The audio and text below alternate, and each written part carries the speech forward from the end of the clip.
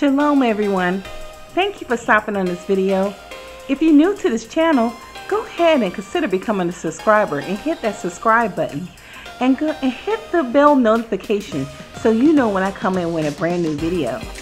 Today I'm going to be working on making a door wreath for the holidays.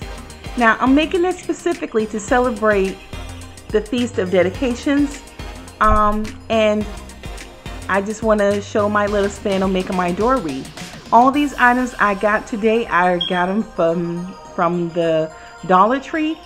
So it was very inexpensive. It was under $10, everything that I'm using to make a beautiful door wreath.